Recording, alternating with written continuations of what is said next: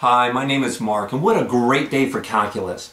Now, in the last video, we explored the question, why math? Why are we doing math anyway? And if you remember, I'm going to be a movie producer, and in my first film, Boulders from the Sky, I had a question, and that was exactly how long will it take for a boulder to fall off a cliff down to a road? Because I wanted to time perfectly a car coming along and to get under it to be smashed.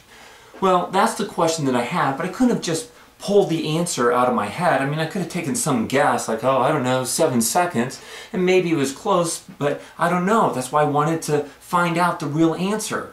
So since I couldn't just think of it in my head, I went over to the math world. I built a mathematical model. We used that mathematical model and we solved it. We came up with the answers in the math world, mapped them back over to the real world, and voila. Mathematics helped me to answer a question that I care about. And that's a great reason for doing math. Well, the question we have today is, why calculus? Why are we going to do calculus? Well, let's go back to the movie. Now, what I want to know is, will my final scene, the climactic scene of the movie, will it even be possible? I'm going to have the heroine dashing through a field and boulders falling all around. Now, what we know is that the boulders, we can't be using real boulders because we might crush somebody, and that's no good. But at the same time, we can't use, a thin-walled styrofoam boulder with nothing in it that's super light, because when it falls from the sky, it's going to look like a piece of paper fluttering down. So the question that I have is, can we build a boulder that's light enough that it won't crush anybody, but heavy enough that it deviates by no more than 10% from the path that a real boulder would take? Because I figure the average viewer won't be able to see the 10% difference.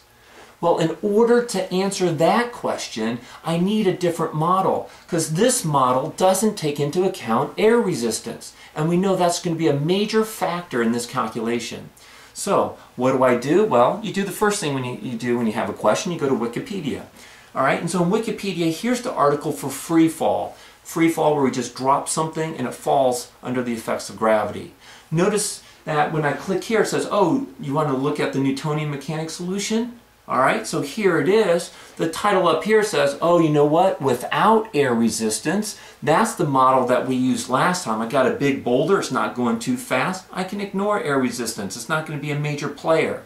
But now that I'm looking at light boulders, right, the air resistance is going to be a major factor, so I need to scroll up here.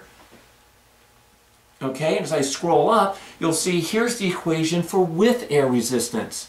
Notice over here we have a little m times dv dt. That's calculus. That's taking the derivative of velocity with respect to time. So now we come down here and say, well, how do I get the position as a function of time? Well, here it is. Notice what it says. Oh, you have to integrate. That's right, you have to integrate to get that. That's more calculus. So when answering the question, why calculus, it's because we need better models, models that actually reflect the world that we live in. And to build those better models, we need calculus. Go math.